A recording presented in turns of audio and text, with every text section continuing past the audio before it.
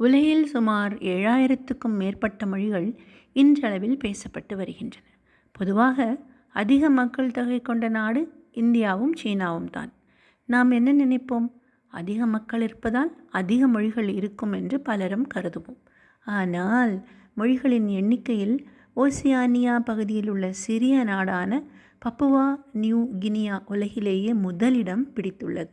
சுமார் 11 மில்லியன் மக்கள் தொகையை கொண்ட இந்த நாட்டில் 800க்கும் மேற்பட்ட மொழிகள் பேசப்படுகின்றன. அந்த நாட்டின் கரடு முரடான மலைகள், ஆழமான பள்ளத்தாக்குகள் மற்றும் தீவுக்கூட்டங்கள் மக்களை தனித்தனி குழுக்களாக பிரித்துள்ளன.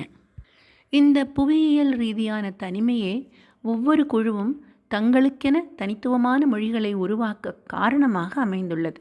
இந்த பட்டியலில் 17,000க்கும் மேற்பட்ட தீவுகளை கொண்ட இந்தோனேஷியா 2வது இடம். தொடர்ந்து ஆப்பிரிக்க நாடான நைஜீரியா 500க்கும் மேற்பட்ட மொழிகள் 3வது இடம்.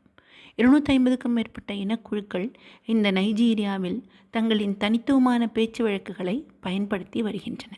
ஆங்கிலம் அங்கு அதிகாரப்பூர்வ மொழியாக இருந்தாலும் ஹவுசா மற்றும் யோரூபா போன்ற மொழிகள் மக்களின் அன்றாட வாழ்வில் முக்கிய பங்கு வகிக்கின்றன. இந்தியா உலக அளவில் மொழியியல் ரீதியாக 4வது இடம்.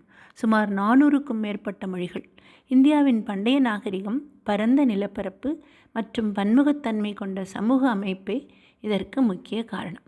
இந்திய அரசியல் அமைப்பின் 8வது அட்டவணையில் 22 மொழிகள் அங்கீகரிக்கப்பட்டிருந்தாலும் ஆயிரக்கணக்கான பேச்சு வழக்குகள் இன்றும் நடைமுறையில் உள்ளன. இந்தியாவில் ஒவ்வொரு சில கிலோமீட்டர் தூரத்திற்கும் மொழியின் உச்சரிப்பு மற்றும் நடை மாறும் என்பது தனி சிறப்பு.